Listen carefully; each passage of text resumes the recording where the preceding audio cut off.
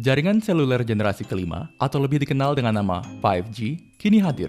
Dan seperti halnya semua teknologi baru, datangnya 5G diikuti pula dengan kekhawatiran, khususnya terhadap dampaknya 5G pada tubuh manusia. Berbagai macam teori konspirasi mengenai 5G sudah mulai menyebar di media. Tapi, apa sebenarnya itu 5G? Dan apakah 5G sepenuhnya aman bagi tubuh manusia? Mari kita dalami dalam video ini.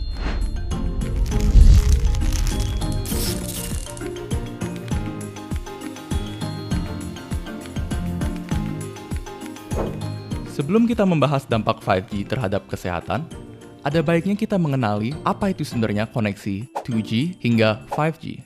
Jika kamu melihat gambar sinyal di pojok HP-mu, di sana tertulis juga jenis jaringan seluler yang kamu pakai. Jaringan tersebut bisa jadi 2G, 3G, atau 4G. Namun, kini terdapat standar terbaru, yaitu 5G. Jaringan 5G secara teori dapat mencapai kecepatan maksimal 10 GB per detik, atau 100 kali lebih cepat dari 4G. Jaringan seluler 2G hingga 5G tersebut dapat dikategorikan sebagai radiasi. Namun, sebelum kalian panik, perlu diketahui bahwa radiasi tersebut bukan merupakan radiasi yang berbahaya. Secara umum, radiasi dapat kita bagi menjadi dua tipe, yaitu radiasi ionizing dan radiasi non-ionizing. Perbedaan kedua tipe radiasi ini adalah besarnya energi yang terdapat di dalamnya. Radiasi ionizing memiliki energi yang sangat besar hingga dapat menyebabkan proses ionisasi. Ionisasi adalah peristiwa terlepasnya elektron dari atom, dan peristiwa inilah yang bisa menyebabkan perubahan kimia, seperti menghancurkan struktur biologis. Radiasi ionizing antara lain mencakup radiasi ultraviolet, radiasi X-ray, dan radiasi gamma, dan hanya berbahaya apabila paparannya berlebihan. Itulah alasannya kita selalu berusaha untuk mengurangi paparan terhadap radiasi ionizing tersebut. Sedangkan gelombang radio, gelombang microwave, dan gelombang infrared merupakan golongan dari radiasi non-ionizing, dan gelombang 2G hingga 5G terdapat pada spektrum ini.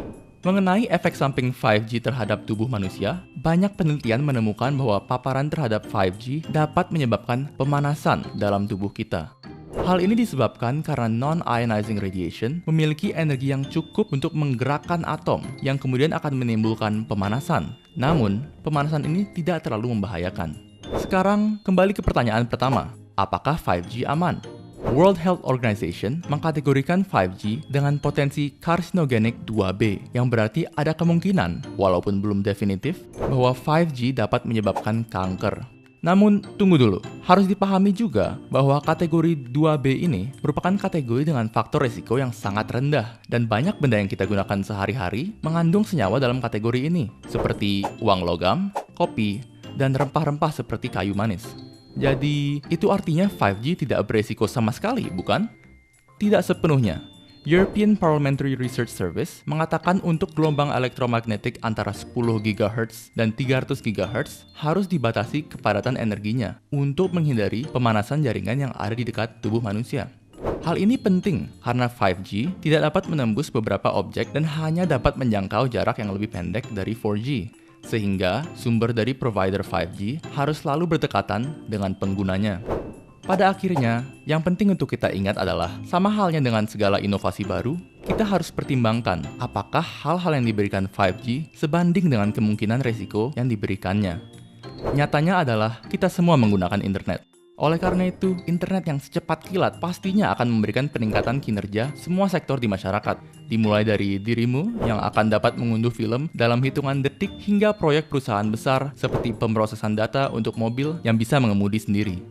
Dan walaupun penelitian terhadap resiko 5G tetap berlangsung, untuk sementara, resiko yang ada tidak signifikan untuk sepenuhnya menolak 5G. Bagaimana menurut kalian? Apakah kalian tidak sabar untuk menanti kedatangan 5G di Indonesia? Atau apakah kalian masih was-was?